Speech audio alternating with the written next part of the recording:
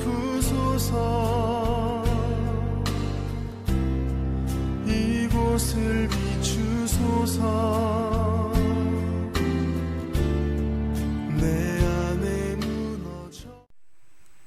우리 마스크 쓰셔서 눈밖에 못 보지만 우리 옆에 있는 분들 이렇게 지그시 바라보고 사랑스러운 눈으로 고백합니다. 사랑합니다.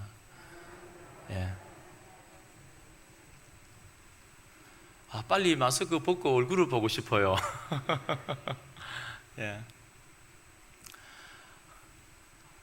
이 마스크 쓰시니까 이렇게 오래 앉아 계시는 게 힘드시죠? 제가 아까 이게 일부 예배 마치고 가만히 생각해 보니까 이 마스크 쓰고 오래 계시는 게 힘드시겠다.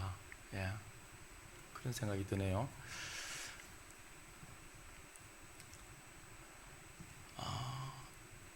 이렇게도 계획을 세우고 저렇게도 계획을 세우고 총리의 지침에 맞추어서도 계획을 세우고 수십 번 계획을 변경하고, 그리고 원래는 재헌신 예배를 드리고 특별 새벽 기도하고 으쌰해서 마음을 모아서 예배의 중요성을 인식하고 초대교회로 돌아가자 하면 힘있게 그렇게 이제 시작을 하려고 했는데 계획을 이제 수십 번 바꿨습니다. 수십 번 바꿨는데, 근데 지난 주간에 하나님께서 주시는 마음이, 곰곰이 드는 마음이, 지금은 그럴 때가 아니구나. 코로나는 뭡니까? 하나님의 선물입니까? 심판입니다. 그러니까 하나님의 그 심판 앞에 지금은 뭐 으쌰으쌰하고 뭐 구호를 외치고 이렇게 나갈 때가 아니고 모든 거 다 내려놓고, 그러니까 제가 이틀 전에 다 내려놓았습니다. 다시 다 내려놓고 하나님의 이 심판 앞에 겸비하자, 겸손하자, 그저 하나님의 긍휼을 구하자, 그것밖에 없는 것 같습니다. 지금 코로나가 며칠 전에 이태원 그 동성애자들을 통해서 이번에 퍼진 나이트클럽하고 퍼진, 그리고 이제 대구에 그 아이가 하나 내려오고 한 9일 동안 같이 머물다 가고 2차, 3차 감염이 되는데, 그 바이러스는 처음에 우리나라에 들어왔던 바이러스가 아닙니다. 이번에 동성애자 통해서 퍼진 바이러스는 유럽 쪽에, 그러니까 이게 100명을 거치면 변종이 되는데 한참 돌다가 들어왔기 때문에 이번에 좀 심하게 변종된 겁니다. 그래서 지금 보건당국이 초긴장해서 그저께는 대구에 있는 보건소의 모든 공무원들, 직원들 다 불려가고 좀 심각한 상황 같습니다. 우리 성도님들 기도 많이 하시고, 지금은 뭔가 계획을 세우고 뭔가 으쌰하고 뭐 내 계획대로 되어지는 것이 아니고 그저 하나님 앞에, 하나님의 이 심판 앞에 나의 무능함을, 우리 아무것도 못합니다. 하나님 앞에, 이 코로나 앞에 뭐 하겠습니까? 아무것도 못합니다. 그저 겸비하게 하나님의 도우심을, 얼굴을 구하고 더 이상 이것이 퍼지지 않도록 빨리 멈춰 설 수 있도록 하나님의 자비하심을 구하고, 그렇게 했으면 좋겠습니다. 그렇게 하고, 그리고 6월 1일부터 우리 조용하게 그렇게 하나님 앞에 새벽 기도를 시작하겠습니다. 조심스럽게 시작하는데 우리 본당에서 하도록 하겠습니다. 여러분들 이렇게 넓은 자리에 나와서 좀 이렇게 간격을 두고 지금 이렇게 긴장을 늦추지 말고, 이번 바이러스는 조금 많이 변종이라서 염색체 계열 자체가 완전 다른 종류가 되어버렸습니다. 그래서 미국에도 지금 유럽에도 괴질이 일어납니다.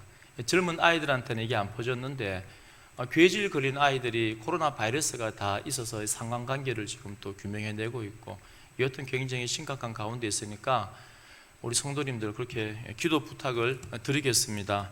그럼에도 불구하고 우리가 하나님 앞에서 기뻐할 수 있는 이유는 뭡니까? 저는 지난주 우리 원로 목사님 말씀 듣고 한 주간 행복하게 살았습니다. 지난주 말씀 기억납니까? 다 잊어버렸습니까? 원로 목사님께서 작년보다 더 정정하셔서 얼마나 참 감사한지 모르겠습니다. 항상 기뻐하라. 우리가 기뻐할 수 있는 근거가 뭡니까? 내가 세상 끝날까지 너희와 항상 함께 하리라. 어떤 환경 가운데 있든지 성도는 기뻐할 수 있는 근거가 있습니다. 그게 뭡니까? 전능한 하나님이 나와 함께 하시기 때문에. 이게 우리가 지금 창세기를 계속 보고 있는데 아브라함과 사라의 이 모습들을 보니까 어떻습니까? 오늘도 제가 이번 주도 말씀을 묵상하면서 참 감사하다. 왜 감사하냐면 하나님은 끊임없이 어떤 분입니까? 우리에게 끊임없이 찾아와 주시는 분입니다. 이 조급해서 가만히 못 계세요. 왜냐하면은 하늘의 별들을 보여줄 때는, 이 출애굽을 시켜줄 때는, 와, 뭔가 하나님의 능력을 경험하였을 때는, 기도를 많이 하였을 때, 한 일주일 정도 금식하였을 때, 부흥회를 참여하였을 때, 성경을 통독을 완성하였는 날, 뭐 이럴 때는 마음이 막 뜨겁다가 며칠이 지나고 나면 어떻습니까? 우리의 믿음은 있다가 없다가 하는 것이 아니고 크고 작고의 개념이 더 설명하기가 성경적입니다. 믿음이 쪼그라들어요. 이 작아집니다. 그러니까 아브라함이 그런 하나님의 능력을 경험할 때는 막 믿음이 막 큰 것 같아요. 우리 성도님들도 그럴 때 종종 있지 않습니까? 내가 옛날에는, 내가 과거에는 뭐 했는데, 어떻게 했는데, 아마 그렇게 열심히 했을 때가 있을 겁니다. 바라옵건대 과거의 그 믿음보다 앞으로의 믿음이 더 커지기를 축원드립니다. 근데 믿음이 자꾸 쪼그라들어요. 근데 우리 하나님은 어떤 분이십니까? 이 자비로운 분입니다. 자비로운 분이셔서 어떻게 합니까? 끊임없이 마음이 안심이 안 돼요. 아브라함이 우리가 건강한 믿음으로 설 수 있도록 끊임없이 따라다니고 집요하게 고집스럽게 그분은 우리에게 다가오실 분입니다. 그래서 우리 믿음이 자라는 겁니다. 내 힘으로 절대 믿음 안 자랍니다. 내게 끊임없이 다가오시는 그 하나님 때문에 믿음이 자라는 겁니다. 내 능력으로 여러분 한번 노력해 보십시오. 성경 100번 읽는다고 내 믿음이 안 자랍니다. 더 교만해져요. 내게 다가오시는 하나님을 경험하지 못하면 전도를 하면 할수록, 기도를 하면 할수록 더 율법주의로 바뀌어버리는 겁니다. 그 믿음이 자라는 게 아니에요. 더 하나님하고 반대로 가는 겁니다. 예수님께서 그렇게 열심히 살았던, 그렇게 금식하고 전도하고 열심히 성경을 달다 외우고 살았던 그 바리새인들을 향하여 이 독사의 자식들아, 그러니까 우리의 열심으로는 우리의 믿음이 안 자랍니다. 어떻게 하면 우리의 믿음이 자랍니까? 한 가지 방법밖에 없습니다. 하나님이 걱정되어서 쪼그라든 이 믿음을 다시 굳건하게 세우기 위해서 끊임없이 우리에게 다가오시는데, 그 하나님을 만날 때, 그 하나님을 바라볼 때 우리의 믿음이 자라는 겁니다. 하루는 상수리 나무 그 숲으로 있는데 나그네가 지나갑니다. 가장 더울 때입니다. 햇빛이 정오에, 그때는 광야가 막 40도까지 올라갑니다. 이글이글거립니다. 그런데 나그네 세 사람이 지나가는 겁니다. 아브라함이 그 장막 그늘에 앉아 있다가 눈을 들어보니까는 나그네가 지나가는데, 아직까지는 오늘 이 18장에서 아브라함이 처음부터 나그네를 하나님으로 알았겠습니까? 몰랐겠습니까? 혹시 성경 읽으시면서 궁금하지 하지 않았습니까? 목사님, 저는 성경 안 읽으니까 안 궁금해요, 이런 분도 계실 거고. 근데 아브라함은 하나님인 줄 몰랐습니다. 근데 성경은 아니까는 18장 1절에 지금 어떻게 표현합니까? 18장 1절 보면 여호와께서 마므레의 상수리 나무들이 있는 곳에서 아브라함에게 뭐 하십니까? 나시니라. 여기서 나타났다는 것은 아브라함이 하나님을 찾았거나, 아브라함이 하나님을 열심히 노력해서 기도를 많이 해서 열심히 성경을 읽어서 하나님을 찾은 것이 아니고, 하나님이 스스로 자기 자신을 의도적으로 목적을 가지고 드러내었다는 겁니다. 하나님이 이런 분이십니다. 얼마나 감사합니까? 아브라함에게, 사라에게는 하나님이 별로 필요가 없는 것 같아요. 이스마엘로 만족합니다. 이스마엘로 충분합니다. 세상의 방법으로 나는 행복한데 굳이 사라를 안 줘도 되는데, 하나님은 어떤 분입니까? 우리 코미디 프로그램 같은 거 보면은 막 졸졸 따라다니면서 안방에서도 고개를 내밀고, 화장실에서도 고개를 내밀고, 식당에서도 고개를 내밀고, 뭐 그런 게 코미디 프로그램 같은 게 과거에 많이 있지 않았습니까? 그런 모습입니다. 어디를 가든지 하나님이 계속 따라다니시는 겁니다. 자기를 드러내시는 겁니다. 하나님께서 그 백성에게 자기를 드러낼 때는 목적이 뭐겠습니까? 한 가지입니다. 약속을 성취하기 위해서, 복을 주시기 위해서. 그래서 성경은 처음부터 하나님이 아브라함에게 나타내시니라, 자기를 드러내십니다. 이게 은혜입니다. 그럼 아브라함에게만 나타나고 내 삶 가운데 하나님이 안 드러내십니까? 아닙니다. 동일합니다. 동일해. 자, 이렇게 하나님께서 나그네의 모습으로 나타났습니다. 자, 아브라함은 아직까지 하나님인 줄 모릅니다. 그 땡볕에, 그 가장 더울 때 나그네 세 사람이 지나가는데 2절에 보면은 원어에는 이 본다는 단어가, 각기 다른 단어가 3번이나 연거푸 사용됩니다. 눈을 들어보고 서 있는 걸 보고 보자마자 뛰어갔다, 이렇게 되어 있습니다. 그리고 열심히 100세가 된 할아버지가 달려가서 바짝 엎드려서 영접합니다. 그리고 어떻게 고백합니까? 3절에 내 주여 내가 주께 은혜를 입어 싸우면 원하건대 종을 떠나 지나가지 마시옵고 하고 이제 환대를 하는 겁니다. 그냥 가면 안 됩니다. 내 주인이요, 이렇게 부릅니다. 이게 무슨 말이냐면 그 당시 고대 근동 지방에서는 손님을, 나그네를 굉장히 환대하는 그 문화가 있습니다. 그 헬라어에 보면은 주인이라는 단어하고 나그네라는 단어하고 똑같아요. 주인하고 나그네하고. 그래서 그 나그네가 지나갈 때는 가만 놔두지 않습니다. 극진하게 최선을 다해서 내가 주인이고 저 사람이 나그네지만 바꾸어서 당신이 주인이고 내가 나그네입니다. 내 이웃을 내 몸과 같이 사랑하는 그 마음으로 나그네를 극진하게 대우합니다. 그 이유가 뭐냐 하면은 여러 가지가 있습니다. 여러 가지가 있는데 생존 일종의 하나의 방법입니다. 그게 문화로 고착된 겁니다. 무슨 말이냐면 그 당시에는 먹을 게 많이 없으면 뭐 해야 됩니까? 결국에는 굶어 죽을 수는 없으니까 광야에서 부족끼리 이 전쟁을 하고 약탈을 합니다. 그러니까 저기 앞에 옆에 있는 부족이 하나 있으면은 이제 어떻게 합니까? 이 경계를 합니다. 그럼 어떻게 하면 좋겠습니까? 먼저 가서 언약을 맺고 화치를 맺고 식사 교제를 하면서 당신은 나의 주인입니다.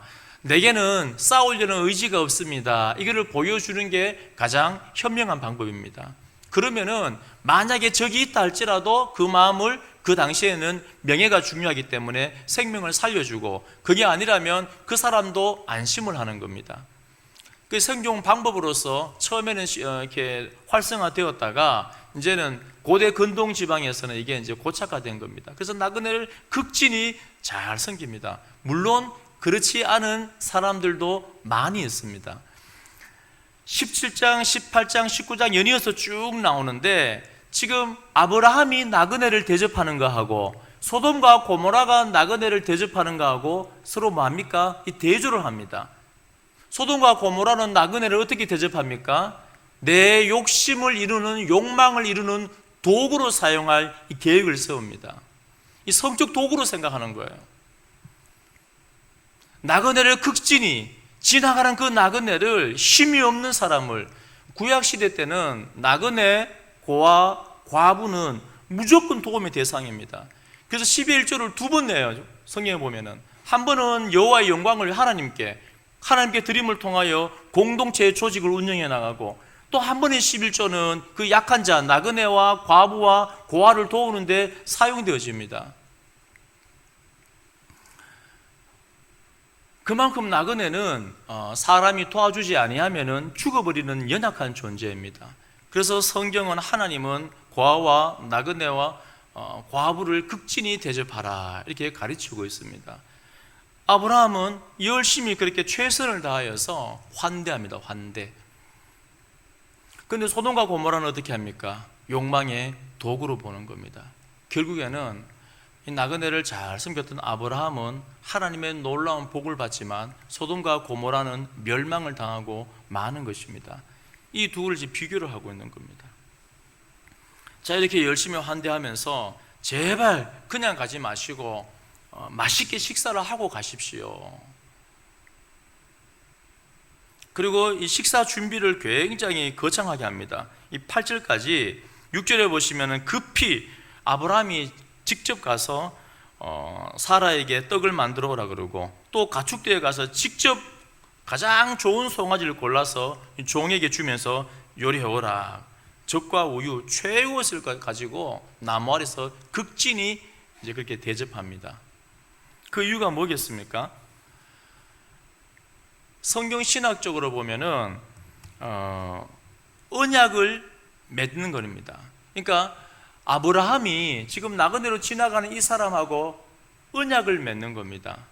그래서 언약을 맺고 나면 고대 근동 지방에서는 항상 어떤 제도가 있냐면은 같이 식사 교제를 나누는 것입니다. 창세기 24장에 보면 어떤 내용이 나옵니까? 아비멜렉하고 이삭하고 막 갈등 구조 가운데 있지 않습니까? 갈등 구조. 그러니까 이삭이 계속 쫓겨납니다. 계속 쫓겨나요. 쫓겨날 때마다 어떤 일이 일어납니까? 하나님이 함께 하십니다. 그 증거로 뭐가 드러납니까? 그 귀한 우물이 쫓겨날 때마다 우물이 하나 생기고, 쫓겨날 때마다 땅을 파니까 우물이 생기고. 그러니까 아비멜렉이 가만히 보니까 야, 이거 안 되겠는 거예요. 하나님이 함께 하는구나. 그래서 야, 우리가 언약을 맺자. 자, 언약을 맺고 나면 어떻게 합니까? 언약을 맺은 증거. 그 전까지는 너하고 나하고 적이었지만 이제는 언약을 맺음을 통하여서 한 공동체가 되고 한 가족이 되고, 그 의미로 뭐 하냐면은 식사 교제를 합니다. 그 이삭과 아비멜렉이 밤새도록 잔치를 벌이고 먹고는 흡족해 하고 그 다음날 아비멜렉이 떠나는 겁니다. 출애굽기 24장에 봐도 하나님께서 이스라엘 백성과 언약을 맺습니다. 언약을 맺고 나서 어떻게 합니까? 나답과 아비후와 아론과 모세가 70인의 장로가 하나님 앞에서 먹습니다. 먹고 마시는 거예요. 그러니까 먹는다는 것은 그 당시에 언약을 맺는 겁니다. 그래서 이전까지는 너하고 나하고 이게 싸우는 관계, 원수의 관계였지만 한 가족이 되자. 그 예수님 안에도 마찬가지입니다. 성경에 보면은 이 먹는다는 것은 굉장히 중요합니다. 우리 성도님들도 자주 식사 교제를 성도님들 하였으면 좋겠습니다. 자주 하십시오. 제가 저번에도 그 설교할 때 주일날 식사 교제하기 위해서 돈을 쓰시라 그랬잖아요. 그럼 어떤 분은 뭐 요즘은 그런 분 안 계시죠? 지금도 와, 내가 주일날 돈 안 쓰면서 와, 나는 의로워 뭐 이렇게 뭐 이런 율법주의는 안 계시죠? 예. 근데 그건 있습니다. 목사님, 옛날에는 주일날 돈 쓰지 말라고 가르쳤습니다. 맞습니다. 그때는 그게 맞아요. 계시는 점진적입니다. 계시가 그 자리에 머물러 있는 것이 아니고 시간이 지나면 지날수록 하나님이 은혜를 부어주어서 계시를 밝혀 보여줍니다. 예를 들어 칼빈, 우리 개혁주의 신학자 중에서 아마 앞으로도 주님 오실 때까지 칼빈보다 더 대단하신 분은 안 나올 것 같아요. 근데 그 칼빈이 내놓은 많은 그 신학책이 있는데 지금 보면 틀린 게 있을까 없을까요? 엄청 많습니다. 주석은 쓰지도 못해요. 무슨 말이냐? 그러면 칼빈이 잘못된 사람이냐? 그게 아니고 가장 탁월한 신학자지만은 그 시대, 종교개혁 시대는 그까지 하나님께서 계시를 조명해 주었습니다. 그 계시는 점진적입니다. 그 시간이 지나면 지날수록 하나님께서는 그 백성들에게 말씀을 밝히 드러내 보여주시는 겁니다. 그래서 옛날에는 세상과 구별하기 위해서 주일날 돈 안 쓰지 말자 이런 규칙들, 복음의 본질은 아닙니다. 규칙들을 만들어서 내 자신을 제어했다면은 지금은 세상 속에 들어가서 세상 속에서 빛과 소금의 삶을 살아야 되는 겁니다. 계시는 점진적입니다. 그래서 여러분들, 하나님하고 우리하고 예수님께서 우리가 이 땅에 태어났을 때 하나님하고 원수의 관계입니다. 죄를 지어서 죄인이 아니고 우리들은 죄인으로 태어났기 때문에 죄를 지을 수밖에 없는 존재입니다. 이 죄인이 어떤 존재냐면 하나님하고 원수의 관계입니다. 하나님 앞에 서면 죽어버려요. 격돌합니다. 하나님이 돌격해서 죄인들 다 죽여버립니다. 원수의 관계입니다. 그런데 십자가 복음을 통하여서 그 죄 문제가 해결되어짐을 통하여 예수님 자체가 언약의 당사자이지만 예수님 자체가 제사의 제물이 되는 겁니다. 그래서 이 제물을 먹으라는 거예요. 이 잔치에 참여하라는 겁니다. 내 살을 먹고 내 피를 마시는 자는 그 제사의 언약의 당사자가 되어서 하나님과 원수의 관계가 아니라 어떤 관계입니까? 화평의 관계가 되어지는 겁니다. 그래서 이 식사 교제는 성경에서 매우 너무너무 중요한 것입니다. 마가복음 2장 16절에 보면 바리새인의 서기관들이 예수께서 죄인과 세리들과 함께 잡수시는 것을 보고 그 제자들에게 이르되 어찌하여 세리와 죄인들과 함께 먹는가? 이 식사는 누구만 할 수 있습니까? 이 천국 잔치에 참여할 수 있는 사람만 먹을 수 있는 겁니다. 한 가족이 된 사람만 먹을 수 있는 겁니다. 예수님이 누구에게 찾아갑니까? 죄인들에게, 세리들에게. 지옥 갈 백성이지만은 십자가 복음을 통하여 하나님과의 관계가 회복되었고 한 가족이 되었습니다. 당신은 하나님의 은혜로 우리의 가족이 되었고 천국의 백성이 되었습니다. 영원한 천국 잔치를 바라보면서 오늘 식사 교제를 합시다 하는 겁니다. 그게 예수님께서 끊임없이 죄인들과 이 교제를 한 겁니다. 세상의 사람들은 누구랑 교제합니까? 죄인들과 교제를 합니까? 만약에 제가 지나가는 술집의 아가씨하고 아니면 지나가는 우리가 공식적인 그 죄인들하고 식사 교제를 하면 여러분은 어떻게 보겠습니까? 그 다음날 소문이 나겠죠. 야, 저 강 목사 문제가 있다. 우리들은 힘이 있는 사람하고 식사하려고 그러고 가진 게 있는 사람하고 교제하려고 그러고 뭔가 내가 덕을 볼 수 있는 사람하고 만남을 가지려고 그러고 그런 사람들하고만 자꾸 교제를 하려고 그래요. 그런데 그게 아닙니다. 예수님은 어떻게 합니까? 죄인들, 하나님과의 원수의 관계에 있던 그 사람들 찾아가서 교제를 하는 겁니다. 누가복음 7장 34절에 보면 인자는 와서 먹고 마시매 너희 말이 보라 먹기를 탐하고 포도주를 즐기는 사람이요 세리와 죄인의 친구로다. 예수님께서 그렇게 식사 교제를 많이 하니까는 바리새인들은 뭐라 합니까? 먹기를 탐하는 자요 포도주를 즐기는 자요. 여러분 이런 말을 들으시기를 축원드립니다. 예수님께서 들었던 그 말들을 우리 성도님들께서 들으셔야 됩니다. 왜 그렇습니까? 오늘 본문에 보니까는 나중에 8절, 9절, 9절에 가서 이제 식사가 다 끝납니다. 교제가 끝납니다. 그리고 나서 네 안에 사라가 어디 있느냐, 본질적인 하나님이 오신 그 목적에 대해서 말씀을 합니다. 그때 아브라함은 깨달았습니다. 아하, 이 사람이 나그네가 아니라 7장 21절에 내 언약은 내가 내년 이 시기에 사라가 내게 낳을 이삭과 세우리라 내년에 오신다고 했는데 바로 그 하나님께서 사람으로 오셨구나. 그때 깨달은 겁니다. 다시 말해서 아브라함이 언제 하나님을 영접하게 되었습니까?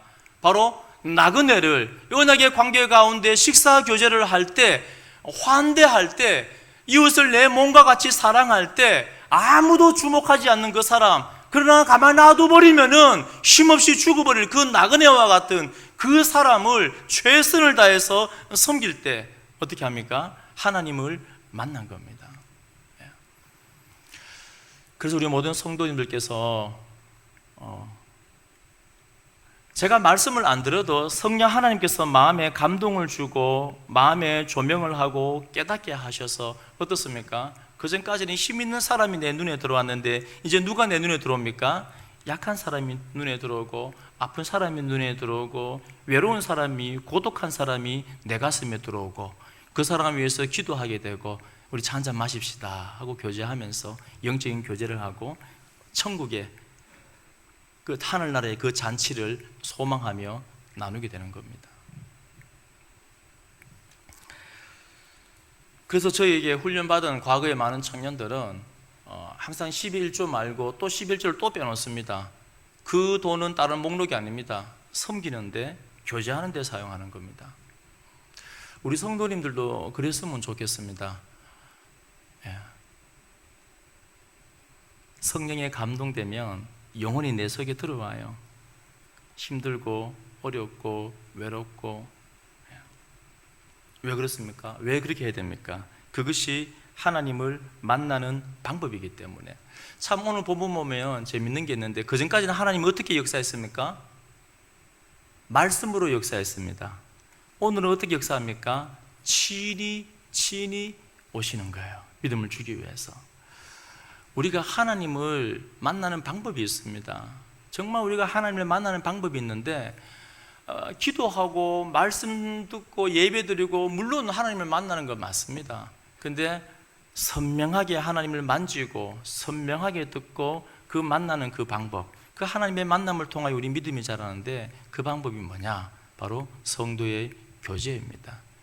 식사 교제입니다. 섬기는 겁니다. 사랑하는 거예요. 마태복음 25장에 보면 어떤 내용이 나옵니까? 이 심판에 관한 내용이 나오는데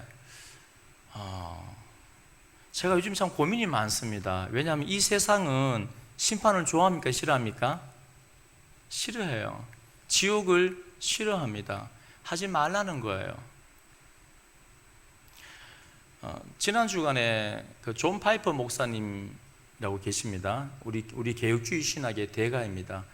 그분이 코로나에 대해서 책을 썼습니다. 그리고 이거는 하나님의 메시지이기 때문에 돈을 받지 않고 무료로 다 배포합니다. 아마 그 인터넷에 들어가 필요하신 분 저한테 연락하십시오. 제가 보내드릴게요.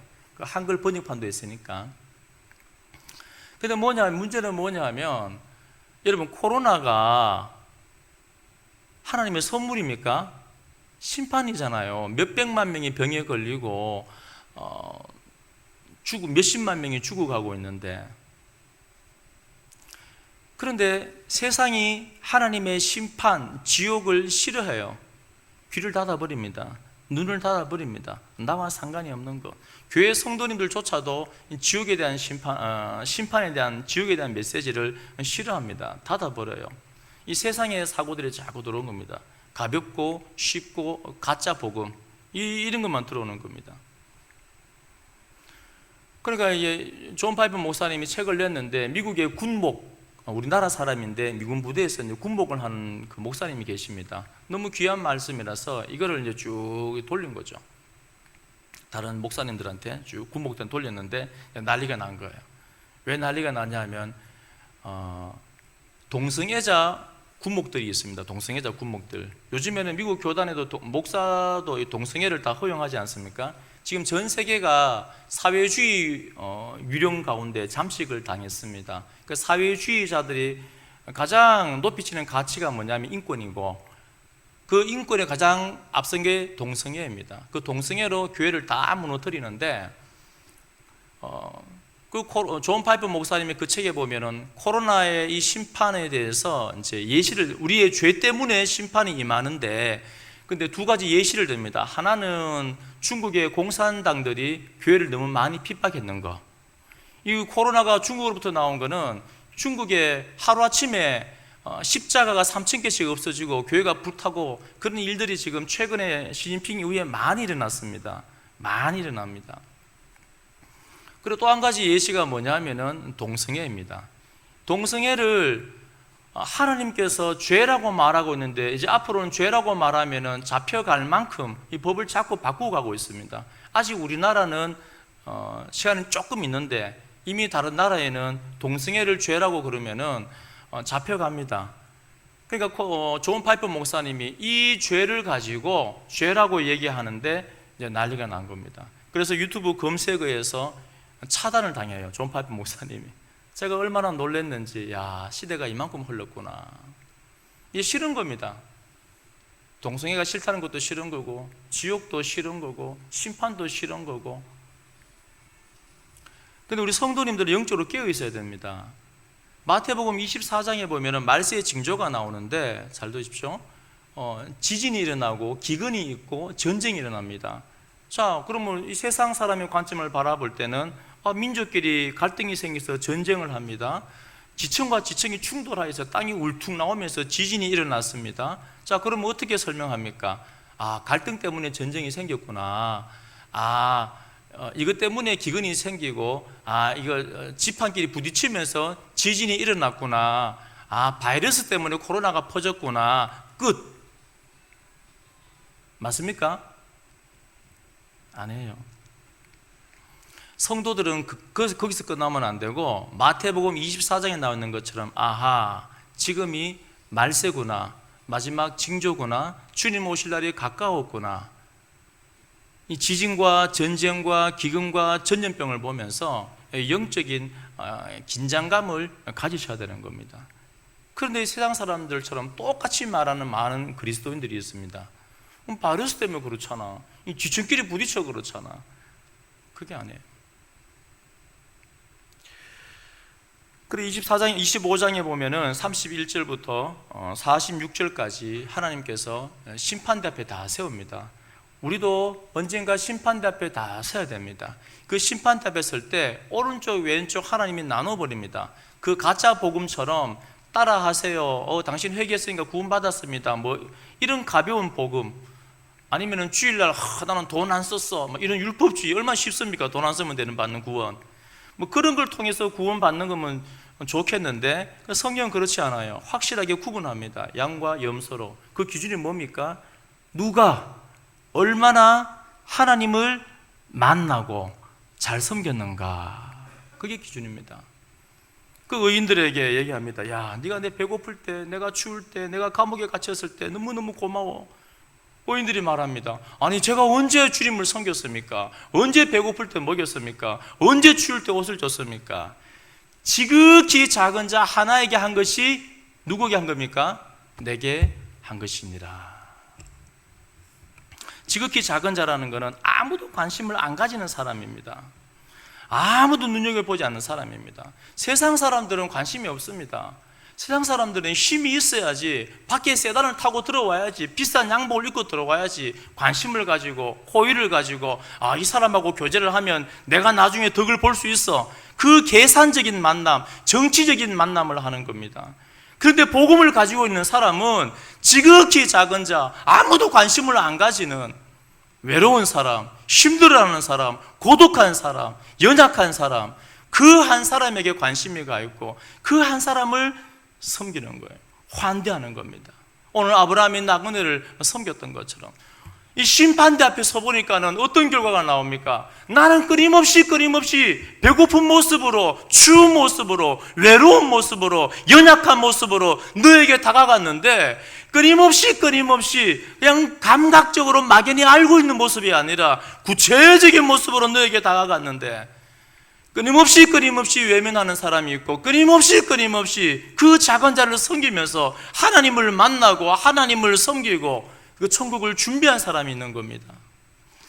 우리 모든 고령제일교회 성도님들은 주님 나라 가는 그날까지 내 안에 성령 하나님, 충만하신 그 성령 하나님의 순종하면서 사람을 사랑하고 섬기고 환대하면서 내게 다가오신 그 하나님을 꼭 만나는 축복이 있기를 소망합니다.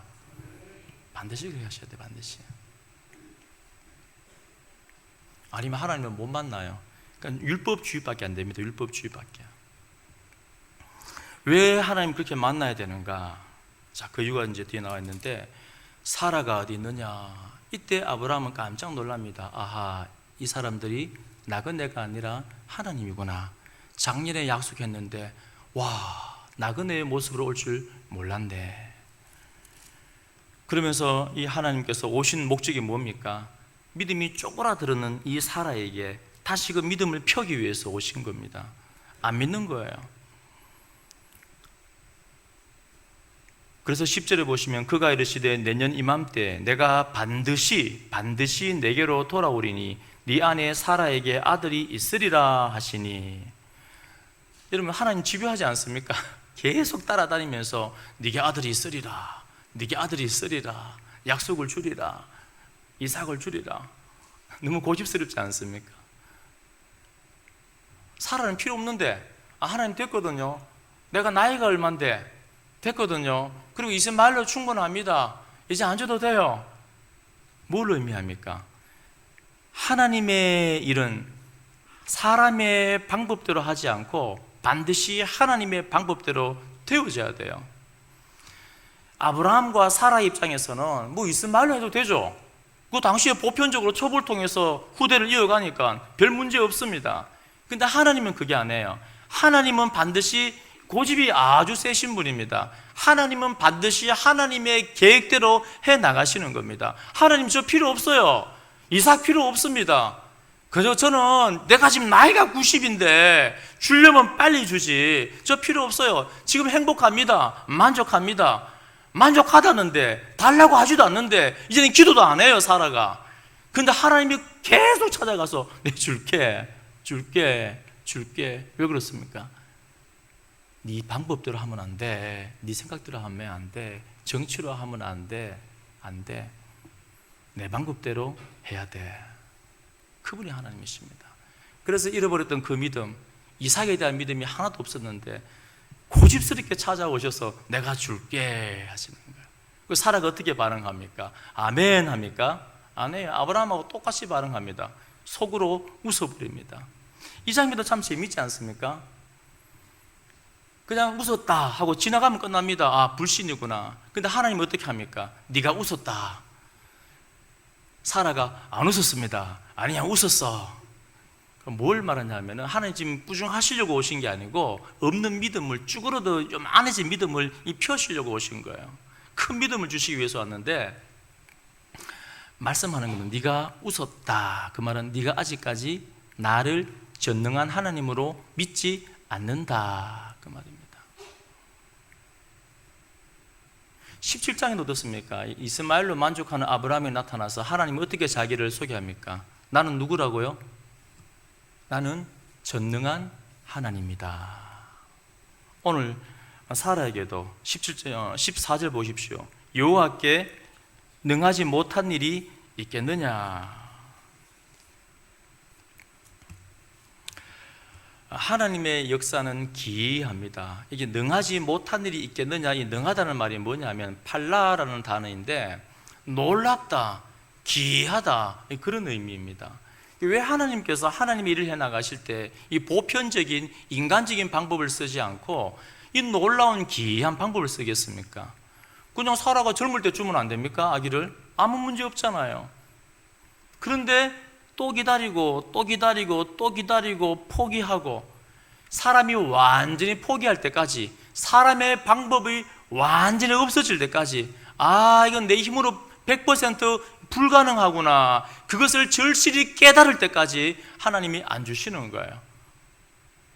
그리고 90세가 되었어야 완전히 인간적인 방법을 포기하였을 때 그때 하나님께서 어떻게 합니까?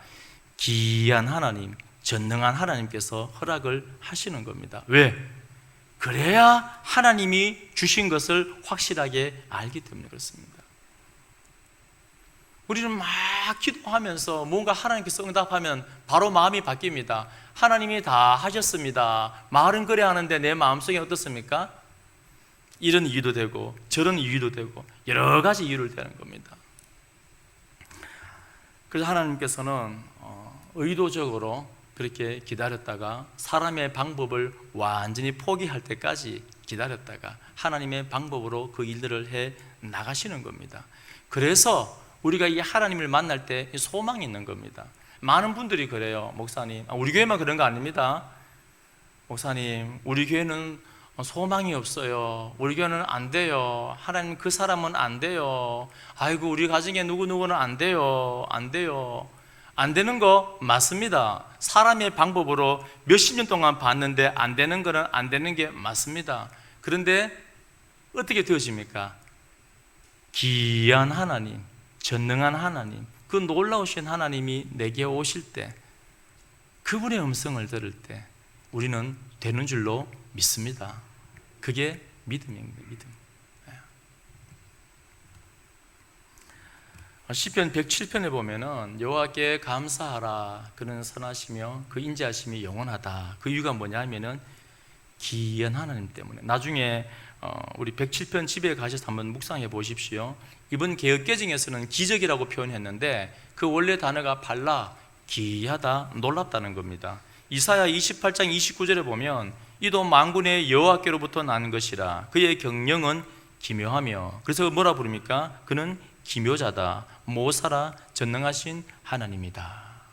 사람의 방법대로 역사하지 않습니다. 제 아내하고도 자주 그런 고백을 합니다. 여러분, 이때까지 사시면서 사람의 계획대로 된 거 있습니까? 물론 뭐 일찍 자고 일찍 일어나는 거, 뭐 작은 거, 그런 거야 뭐 내가 노력하면 되죠. 그것 말고 큰 물줄기, 큰 그 물줄기는 사람의 계획대로 된 거 있습니까? 없습니다. 없습니다. 아무리 내가 계획해도 하나님께서 하나님의 방법으로 역사하시는 겁니다. 그분은 기이한 분이고 놀라운 분이십니다. 139편의 6절에 보면 이 지식이 내게 너무 기이하니 놀라서 내가 능히 미치지 못하나이다. 모르겠다는 거예요. 하나님께서 나를 얼마나 상세하게 알고 그분이 그 전지하심에 대해서 너무 거대해서 하나님의 이 역사는 우리의 이성을 뛰어넘습니다. 우리의 사고를 뛰어넘어요. 그래서 우리는 기대감 있고 즐거운 겁니다. 그래서 성도는 절망을 못해요. 어떤 상황 가운데 있든지 기이하게 역사하시는 그 하나님께서 야, 오도 가도 못하는 이 구석에 내가 지금 몰려있는데 이 절망 가운데 있는데 와, 하나님께서 이번에는 어떻게 역사하실까? 기이한 하나님을 경험하는 겁니다. 정리합니다. 하나님은 끊임없이 우리에게 찾아오시는데 어떻게 하면 만날 수 있습니까? 작은 자를 섬김을 통하여, 지극히 작은 자를. 누가복음 14장 12절에 보면 이런 말씀이 있습니다. 또 자기를 청한 자에게 이르시되 내가 점심이나 저녁이나 베풀거든 벗이나 형제나 친척이나 부한 이웃을 청하지 말라. 두렵건대 그 사람들이 너를 도로 청하여 내게 갚음이 될까 하노라. 이웃하고 친척하고 밥 먹지 말라는 게 아니라 그거는 영적인 공로가 없다는 겁니다. 13절에 잔치를 베풀거든 차라리 가난한 자들과 몸 불편한 자들과 저는 자들과 맹인들을 청하라. 그리하면 지극히 작은 자를 청하라는 겁니다. 그들이 갚을 것이 없으므로 내게 복이 되리니 의인들의 부활 시에 내가 갚음을 받겠음이라 하시더라. 어떻게 우리가 하나님을 만납니까? 이 지극히 작은 자를 섬김을 통하여 끊임없이 내게 다가오시고 내게 믿음을 주시려는 오는 하나님을 만날 수가 있고, 두 번째는 그 하나님이 내게 오셨을 때 나는 포기했는데, 나는 절망 가운데 있는데 그분은 어떤 분이십니까? 기이한 분입니다. 내 방법을 다 포기하였을 때 하나님은 그분의 방식으로, 그분의 방법으로 놀라운 일을 해나가십니다. 그래서 우리 모든 성도님들 이 땅을 살아갈 때 그렇게 행복하게 전능자 하나님 바라보면서 승리하는 우리 믿음의 사람 되어지기를 축원드립니다. 아멘. 우리 다 함께